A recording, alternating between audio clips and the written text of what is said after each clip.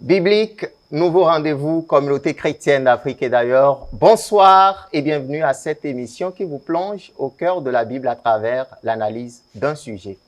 Dans une révélation, le Seigneur Jésus-Christ a dit à son oint, le révérend pasteur de l'Église évangélique Union Renaissance d'Homme en Christ, que ce qui l'intéresse dans nos répertoires de chansons, ce sont les chants d'adoration.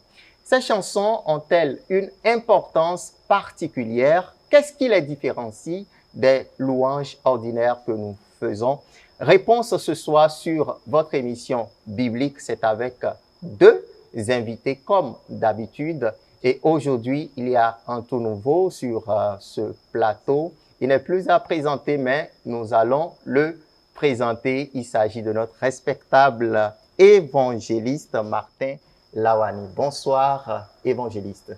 Bonsoir. Je précise que vous êtes membre du bureau des évangélistes de l'Église évangélique Union Renaissance d'Homme en Christ. Bien sûr. Merci d'avoir accepté notre invitation. Merci. Le second invité, c'est un habitué et il est là. Il est membre du comité départemental de l'Ouémé et du Plateau. C'est notre papa évangéliste Magloire Soumafo. Bonsoir, Bonsoir, évangéliste. Merci d'avoir une fois encore accepté notre invitation. L'honneur à moi. Le public est toujours au rendez-vous et le public salue les invités et les amis téléspectateurs.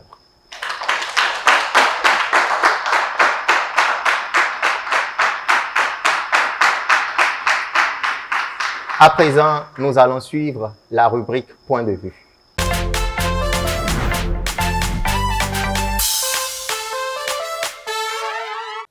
L'adoration a une place très importante dans un culte.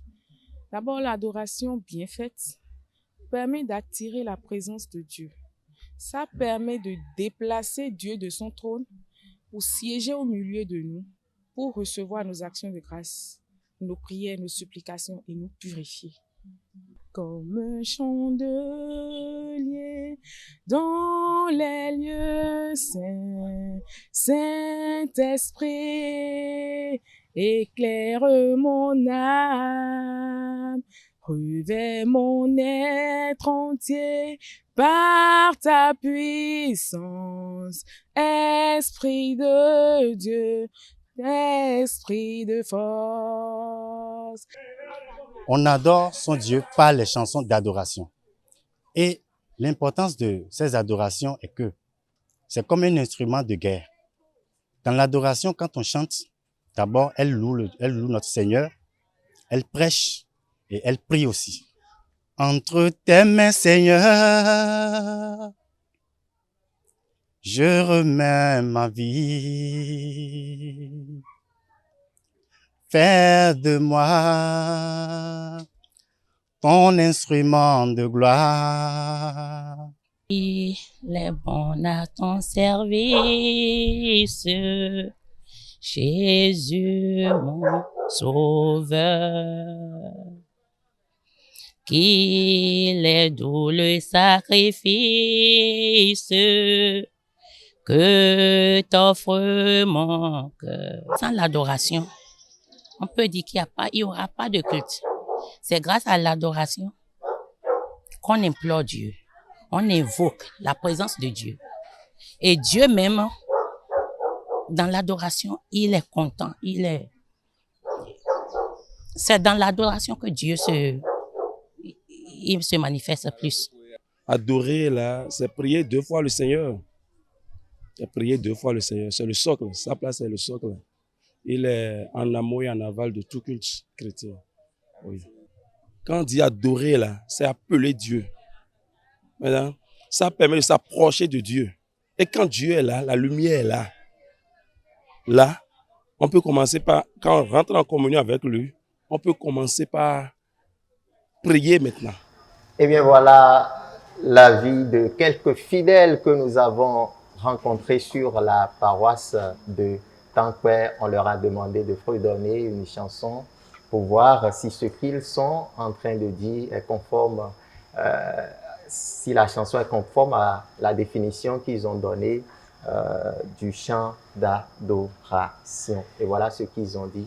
On revient bien sûr sur ce plateau pour déjà comprendre ce qu'on n'entend pas adoration. Évangéliste Magloire Somakpo, qu'est-ce que on peut entendre par adoration? Du mot adoration, on a le verbe adorer. Adorer quelqu'un, c'est se prosterner devant cette personne-là pour lui témoigner le respect qu'on lui doit.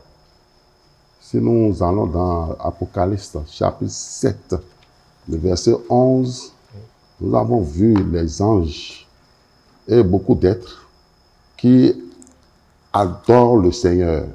Ils s'agenouillent face contre terre pour adorer le Seigneur. J'aimerais quand même qu'on lise Apocalypse chapitre 7, le verset 11. Et tous les anges se tenaient autour du trône, et des vieillards et des 4 êtres vivants, et ils se prosternaient sur leur face devant le trône, et ils adorent Dieu. Donc c'est se prosterner, face contre terre.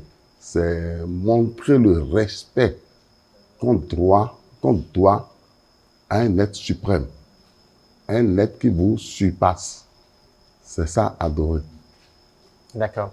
Évangéliste Martin Lawane, adorer Dieu, comme l'a dit notre cher évangéliste Magloire Somankou vient de le dire, c'est montrer le respect qu'on a pour Dieu, montrer qu'il est suprême, qu'il est au-dessus de tout. Adorer, c'est quoi d'autre? Merci. De façon simple, simplifiée, et nous on dit que adorer, c'est rendre un culte d'amour fervent à son Dieu, Dieu créateur. C'est le fait de le vénérer. Oui. Et c'est quelque chose qui est très, très important dans notre vie. C'est ce que je pense de la définition de l'adoration. L'adoration, c'est donc vouer un culte à Dieu, vouer un culte à l'être suprême, se prosterner, comme l'évangéliste l'a dit, c'est-à-dire montrer que c'est lui qui est au-dessus de tout. Il y a un autre langage qu'on utilise, un autre thème qu'on utilise quand on veut parler des chants que nous faisons dans nos congrégations religieuses, c'est louange. On dit souvent louange, quand on veut chanter, on parle de louange. Le thème d'adoration n'est pas très populaire. Alors moi, je voudrais demander s'il y a une différence entre adoration et louange. Évangéliste Magloire Somankou. Oui, du coup, j'affirme qu'il y a une différence. Oui. Parce que louer quelqu'un et adorer quelqu'un, il y a une nette différence. Donc, dans Psaume 150, ce passage nous dit que tous ceux qui respirent doivent louer le Seigneur. Oui. Tous ceux qui respirent doivent louer le Seigneur. Donc, louer le Seigneur, en fait, c'est les faits, les refaits de Dieu. Ce que Dieu a fait, et ça nous marque. Nous devons chanter ça. Nous devons faire sortir ça à travers les chants. Il nous a fait beaucoup de choses. Et nous devons les révéler par les chants. Et Somme a été clair. Il a dit que tous ceux qui respirent louent le Seigneur. Or, l'adoration, c'est autre chose. Si nous lisons un peu le Psaume 150, il dit louer l'Éternel. Dieu, dans le verset 2, louez-le pour ses refaits. Louez-le selon l'immensité de sa grandeur. Louez-le au son de trompette. Louez-le avec les instruments de musique, en bref. Et au verset 6, que tous ceux qui respirent louent l'Éternel. Évangéliste Martin Lawane, voilà, pour vous, est-ce qu'il y a une différence entre adoration et louange? Bon, par rapport à cette question, je dirais que oui. Au premier abord, nous devons comprendre que tout le monde peut louer Dieu.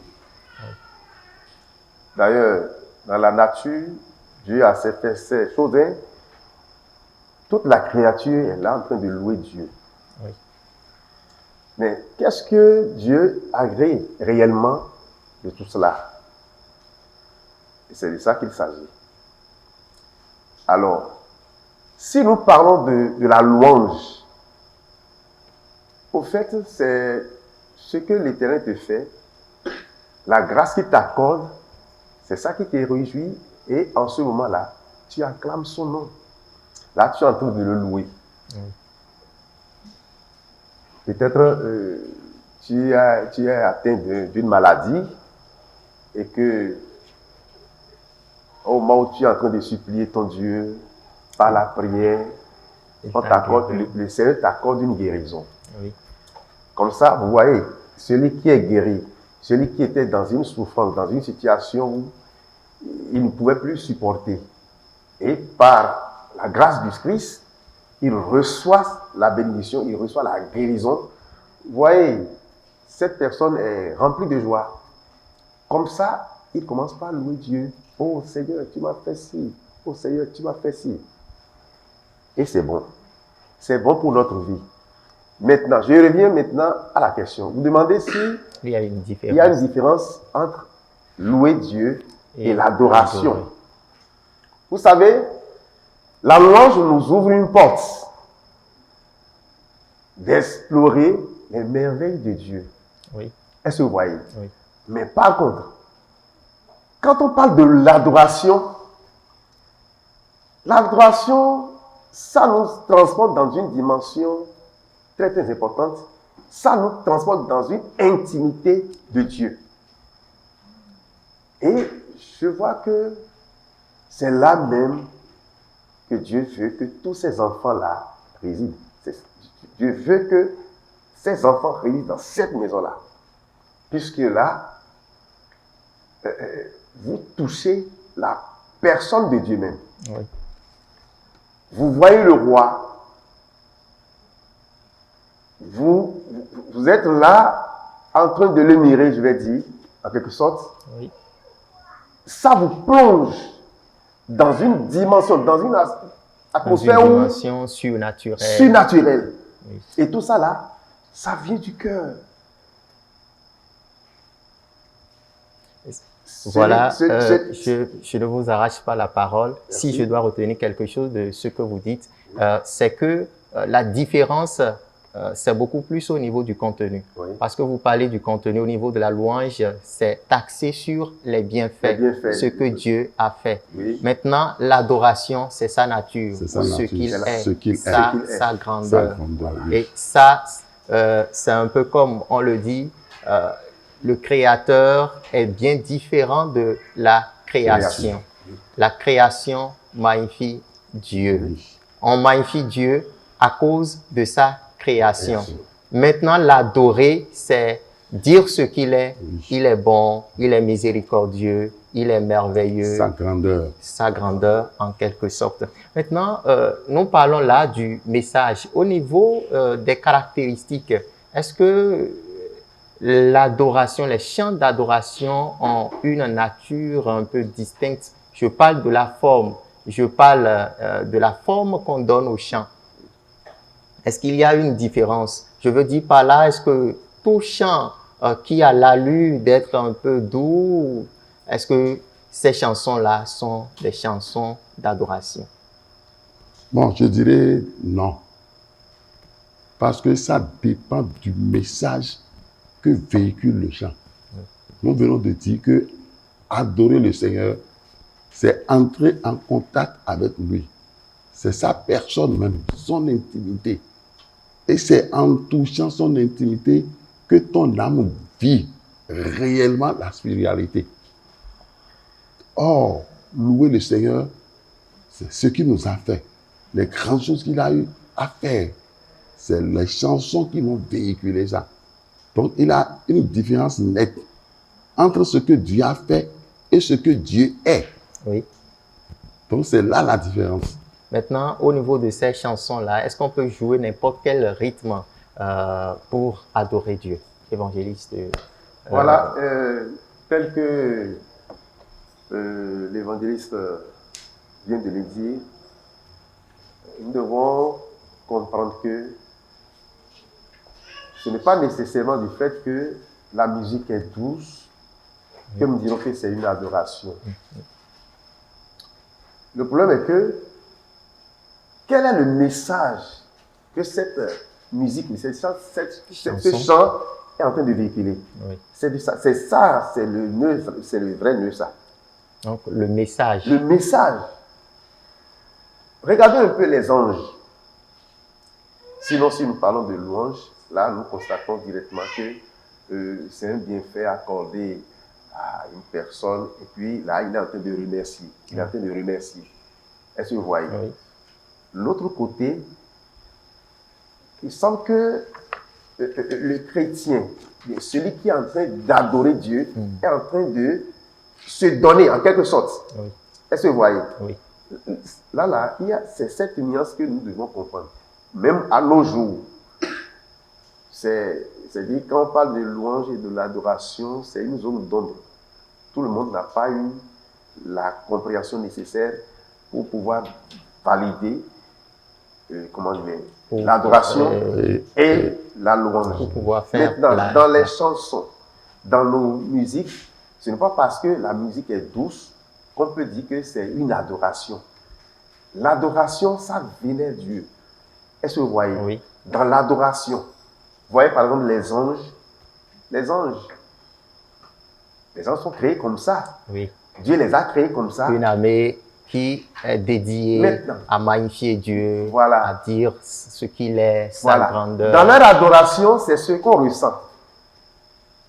Est-ce que vous voyez? Oui. Dans leur adoration, c'est ce qu'on ressent. Donc, s'il y avait une musique douce qui est en train de jouer, vous verrez que dans cette adoration-là, il ne venait que Dieu. Il ne parle que de la grandeur du Tout-Puissant. Oui. Il ne parle que de la magnificence du Tout-Puissant. Et ça s'arrête là. D'accord. Donc la musique peut être douce Et ne pas adorer Dieu. Voilà. Vous partagez cet avis? Oui, pleinement. Parce que c'est là qu'il a l'amalgame. Il suffit que le chant soit doux.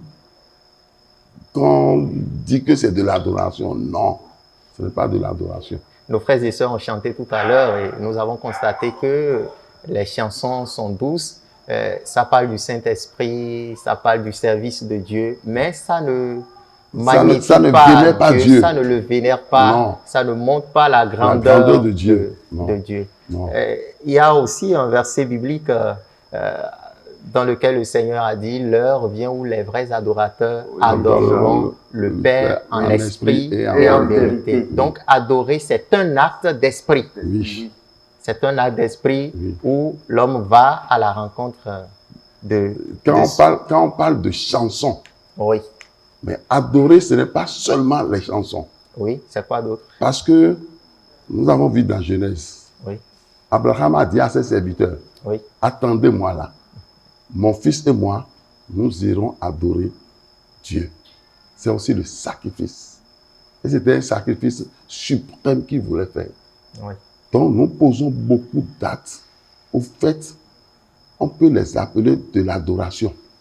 Je vais faire un sacrifice à Dieu. Oui. C'est pas on se lève sans respect et on va jeter le don là-bas et on se retourne. Non. Je vais donner ça à qui? Un être suprême. Donc, je dois marquer ce respect-là en faisant le don. Donc, adorer, c'est un sacrifice. Oui. Et nos chants aussi sont comparés à un sacrifice, à une offrande qu'on est en train mais là, il a le message que ça véhicule. Oui. Le message que ça véhicule. Si ça ne magnifie pas Dieu, dans sa supériorité, dans sa grandeur, on passe à côté. Et quelle est l'importance alors de ces chants-là? De quels chants? Les chants d'adoration. Ah, les chants d'adoration, c'est l'intimité de Dieu. C'est se rapprocher de Dieu. C'est vivre la divinité réelle de Dieu. Quand les chansons parlent réellement de la grandeur de Dieu, tu vas voir des gens se repentir, des gens trouver la délivrance. Parce que quand ils écoutent, ils se concentrent réellement à l'écoute. Le Seigneur agit, le Saint-Esprit agit. Le Seigneur, le Seigneur se manifeste. Le Seigneur se manifeste. Donc c'est ça le plus important. C'est ce que ça devait être. D'accord. l'importance des chants d'adoration pour vous. Oui, bon, et je voulais un peu aller en arrière. Oui, Et... nous avons peu de je temps. sais. Tout à l'heure, et l'évangéliste, frère Magbou, vient de dire que l'adoration aussi peut être une action de grâce. Oui. Si nous faisons des dons aujourd'hui, les dons que nous faisons aujourd'hui, Oui. on donne les dons à qui? À Dieu. À Dieu. Oui. C'est aussi une adoration. Je vais en venir là. Oui. C'est aussi une adoration. Celui qui fait son don. Puisque c'est en quelque sorte, vous êtes en train de donner quelque chose. Or, dans la louange, ça là je vais seulement signifier, dans la louange, vous remerciez. Vous remerciez Dieu. Parce que vous avez reçu quelque chose de sa part. Maintenant, dans l'adoration, vous donnez quelque chose. Vous donnez vous-même. Oui. Vous donnez de vous ce qui est précieux à Dieu, oui. À cet être suprême que vous êtes en train de vénérer. Donc, c'est aussi important ce point-là. Maintenant, l'importance, ça dit, quand on adore Dieu, voilà. Ça a quel avantage, ça produit quel effet? Voilà. Si vous adorez Dieu, oui. C'est clair. L'avantage que ça apporte, c'est clair. Vous savez, ça vous rapproche. L'adoration vous rapproche à Dieu. Étant dans... Ça vous transporte du naturel au surnaturel. Voilà. Donc, il est quand même bon oui. d'instaurer l'adoration au sein de l'Église pour que les âmes soient véritablement gagnées par Dieu le Créateur. Il y a quelque chose. Il peut y avoir, on ne souhaite pas ça, hein. Oui. Quelqu'un peut recevoir la guérison aujourd'hui et demain, il peut déserter le lieu, il va quitter. Cette personne va quitter l'église. Oui. Il va abandonner Jésus. Oui. Mais entre-temps, il a quand même loué Dieu. Il a glorifié son nom. Est-ce que vous voyez? Oui. Mais il n'est pas resté parce que quoi? Il ne s'est pas donné. Il ne s'est pas donné. Donc, il n'a pas encore atteint la dimension de l'adoration. Donc, l'adoration, c'est une dimension suprême. Et si on doit aller en arrière pour la comparer à la louange, c'est que c'est le degré le plus élevé où l'homme magnifie son Dieu. Il entre en contact avec son Dieu. Oui. Et bien voilà. Alors, évangéliste Magloire Somapo, je voudrais demander si l'adoration, telle qu'on le dit, c'est ce que les gens ont fait dans l'Ancien Testament. Je me rappelle de cet épisode où les enfants d'Israël ont quitté Égypte.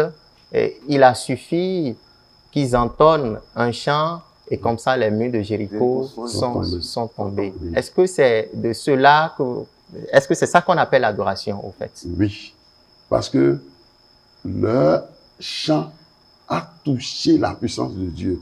Et la puissance de Dieu a agi en faisant tomber un mur que tout le monde craignait. On se demandait qui pouvait faire tomber ce mur-là.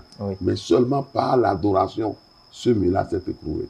Donc le chant d'adoration, comme quelqu'un l'a dit tout à l'heure, c'est aussi quelque chose à travers lequel Dieu se met au devant du combat et combat pour ses enfants. Maintenant, David a dit dans les psaumes, le temps nous presse, David a dit que l'adoration est une offrande qu'on adresse à Dieu. Maintenant, si Dieu a reçu cette offrande-là, est-ce qu'on peut le savoir en tant que chantre, en tant que fidèle qui écoute l'adoration?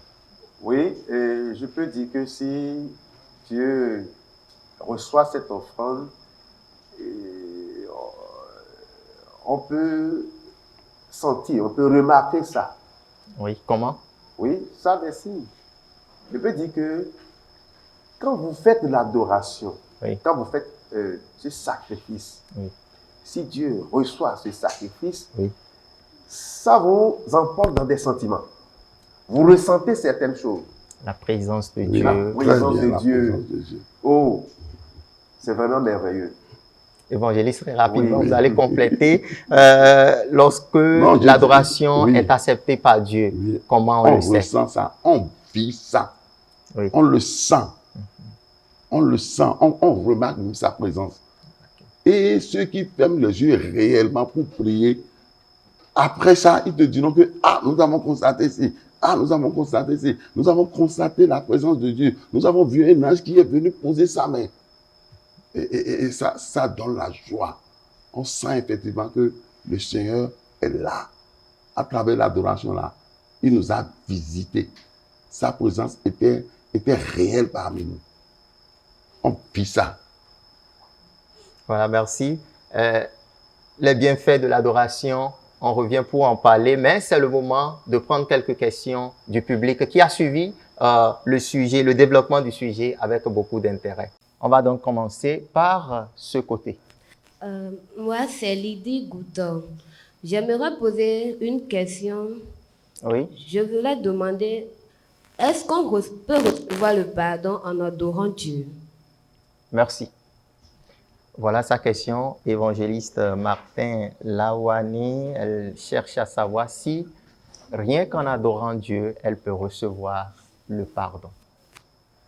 Bon, je ne peux pas tout de suite affirmer par oui, parce que d'abord l'adoration, nous savons que pour le faire ou pour expérimenter cette puissance, il va falloir avoir certains comportements. Est-ce que vous voyez? Ici, celle qui pose la question demande si on peut recevoir le pardon tout en ayant soin d'adorer Dieu. Je ne vois pas que ce n'est pas automatique. Puisque, d'abord, celui qui est culpabilisé, c'est-à-dire celui qui est dans le péché. D'abord, l'adoration ne lui donne pas sa place. L'adoration ne lui donne pas la place de contempler les magnificences de Dieu, la beauté de Dieu. Oui. Donc, il y a un travail qui doit être fait préalablement. Celui qui est dans le péché, il doit chercher à se sanctifier d'abord avant de rentrer dans le bain de l'adoration. Dieu, il est souverain. Dieu, il est puissant. Dieu peut accorder une grâce à quelqu'un qui est en train de faire l'adoration. Mais ici, je ne peux pas affirmer directement que celui qui est en train de faire l'adoration va recevoir automatiquement le pardon. Puisque si, on peut se référer aussi à la Bible. Dans l'ancien temps, qu'est-ce qui se passe? Quand il y a un sacrifice à faire, oui, le sacrificateur qui doit rentrer dans le temple, dans le lieu très saint, oui, qu'est-ce qui se passe? Il va faire d'abord l'expiation de ses péchés d'abord. Oui. Est-ce que vous voyez? Oui. Vous faites l'expiation du péché. Et après avoir fait l'expiation du péché, c'est en ce moment-là que vous allez rentrer dans le lieu très saint. Est-ce que vous voyez? Voilà. Et quand vous rentrez dedans, il y a aussi quelque chose qui se passe. Si, entre-temps, l'expiation du péché qui a été faite n'a pas été validée, n'a pas été reçue. Si l'Éternel l'a validé, oui, alors cela veut dire que quand le sacrificateur va rentrer dans le lieu très saint, il va sortir saint et sauf, puisque le sacrifice qu'il aurait fait là sera agréé par Dieu. Dans le cas contraire, il meurt et personne ne peut rentrer dans ce lieu très saint. Mais la Bible déclare que le Seigneur Jésus-Christ, par son sacrifice à la croix, a déjà déchiré le voile, oui, et a donné un libre accès au temple. Son sang a désormais coulé et il a déjà fait l'expiation. Maintenant, à l'heure actuelle, à ce niveau, avec la nouvelle alliance, est-ce qu'on ne peut pas avoir le pardon rien qu'en adorant Dieu? Je dis non. Le Seigneur nous a dit, je suis saint et vous devez être aussi saint. Donc tu dois te sanctifier nécessairement avant d'aller devant Dieu, avant de voir la présence de Dieu. Sinon, tu es bousillé. Mais lorsque je tombe dans le péché et que je veux prier, par d'abord, exemple... avec ton péché même, tu ne peux pas rentrer en relation avec Dieu. Il faut avoir d'abord le pardon, se sanctifier avant de pouvoir rentrer dans la présence de Dieu. Pour avoir le pardon, il faut prier Dieu. Il faut aller demander pardon à Dieu, se sanctifier avant de dire maintenant je veux voir la présence de Dieu. Il a dit je suis saint, oui, et vous devez être saint. faut se sanctifier. Est-ce qu'avec une petite prise de conscience, Tu dis bien petite prise de conscience devant Dieu, et même à 99,99%, il ne te reçoit pas. Hein. Soit tu essaies ou bien tu ne l'es pas. D'accord, on va passer à la seconde question, et cette fois-ci de ce côté. Oui? Merci, monsieur le journaliste. Je réponds au nom de Renaud Onésime. Ma question est celle-ci. Je voudrais savoir s'il y a une posture et un lieu dans lequel il faut rester pour adorer Dieu. Merci. C'est ma question. Voilà. Est-ce qu'il y a une posture à adopter pour adorer Dieu? Est-ce qu'il y a un lieu où il faut aller, puisque adorer Dieu, on a parlé de consécration. Est-ce qu'il y a un lieu propice pour ça? Bon, je dirais non. Mais il faut trouver un lieu où tu n'es pas perturbé. Parce que tu veux aller devant quelqu'un, un être suprême. Si tu ne peux pas te concentrer à un endroit fixe, tu ne peux pas le faire. Donc le lieu doit être un lieu calme où tu ne seras pas perturbé en allant devant Dieu. Quant à la posture, bon, je ne peux pas affirmer quelle posture on doit adopter nécessairement pour adorer Dieu. Seulement, il y a des positions où toi-même, tu sais que tu ne peux pas te présenter comme ça devant un être suprême. C'est tout ce que je peux dire. Et à l'église? À l'église, souvent, on est assis ou debout. On voit dans certaines congrégations, pendant que le chanteur est en train d'adorer, il se prosterne, il s'agenouille, il se prosterne devant Dieu, il commence à rouler par terre. Rouler par terre, c'est des exagérations. Sinon, si la personne est en train de vivre son adoration lui-même, mais rouler par terre, bon, ça... Peut-être qu'il est entré en transe pendant qu'il est... Oui, évangéliste Martin Lavani demande s'il y a une posture. Le tout dépend de ce que la personne ressent en ce moment-là. Oui. Est-ce que vous voyez? Mais ce n'est pas dit que c'est quelque chose qui doit être fait. C'est-à-dire, c'est ordonné par le responsable. Non. Ce n'est pas, on ne peut pas dire que nous aurons une position fixe à adopter pour louer. Non. Ça dépend de comment vous ressentez au moment où vous êtes en train de faire l'adoration.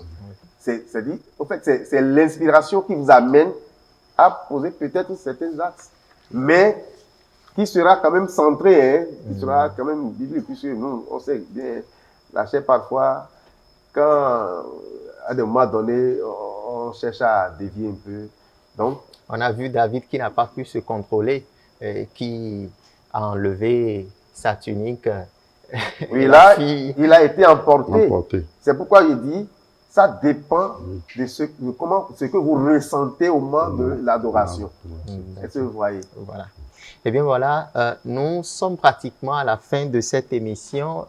Il nous reste encore quelques minutes à grignoter.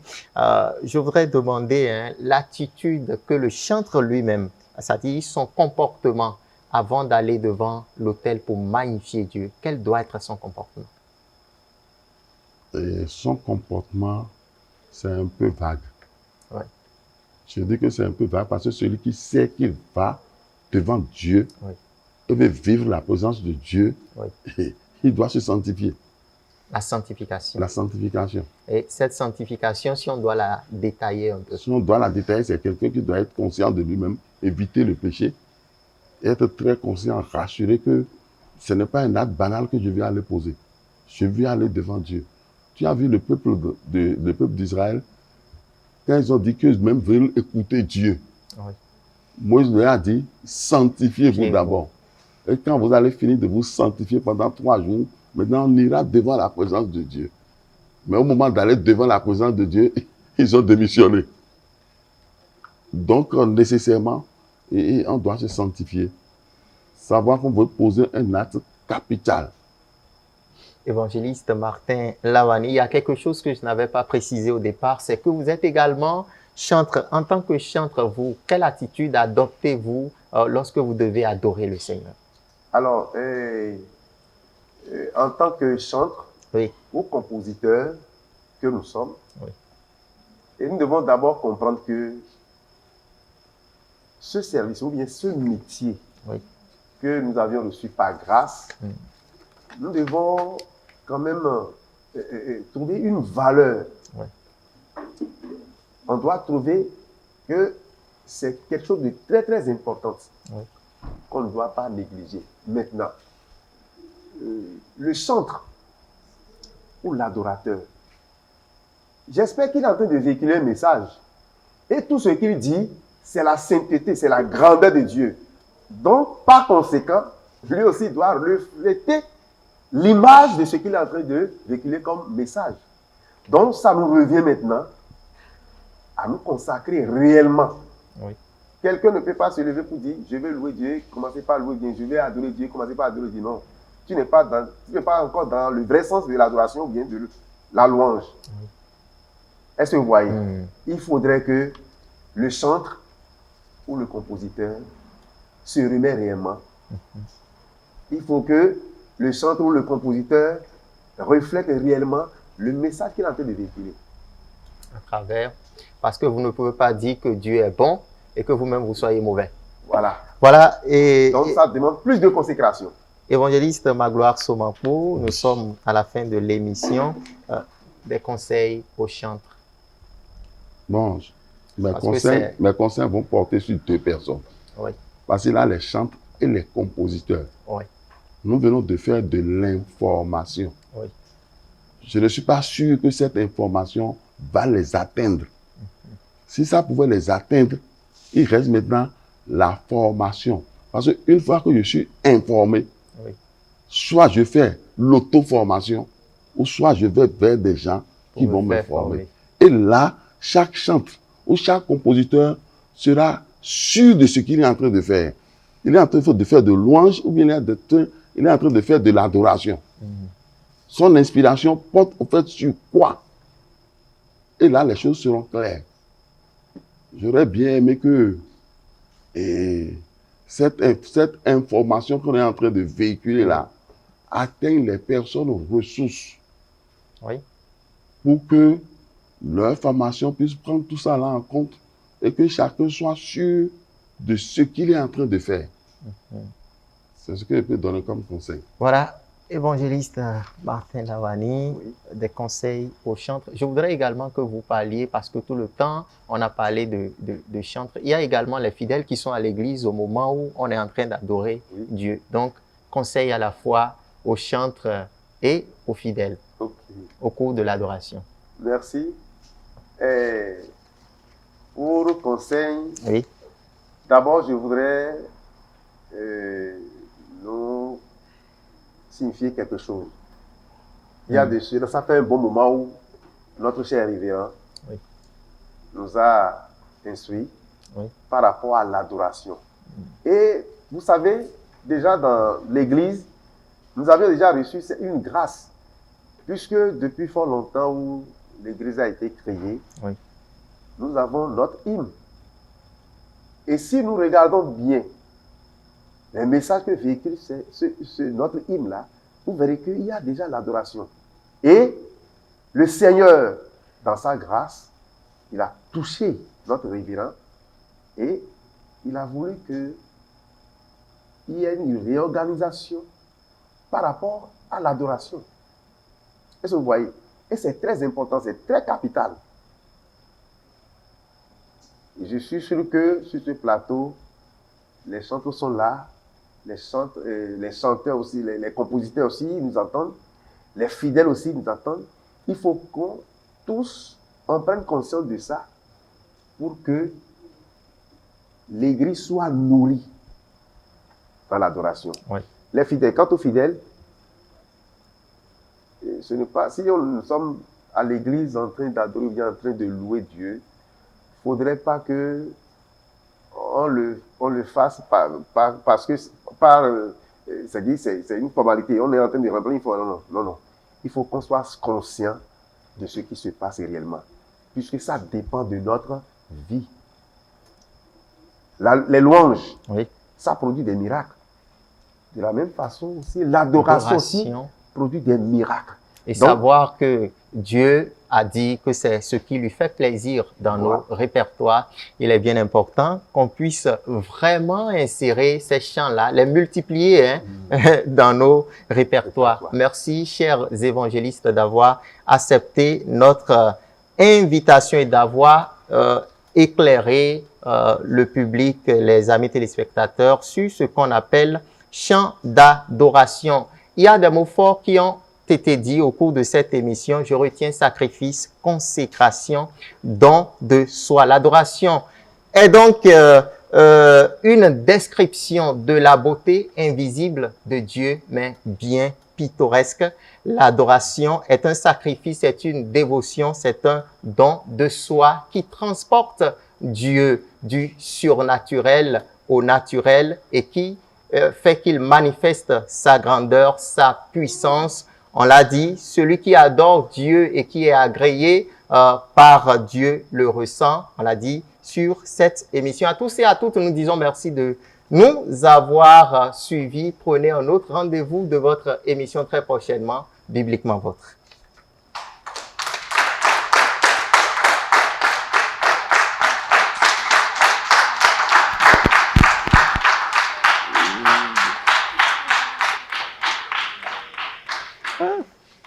Le truc là, ça va vite.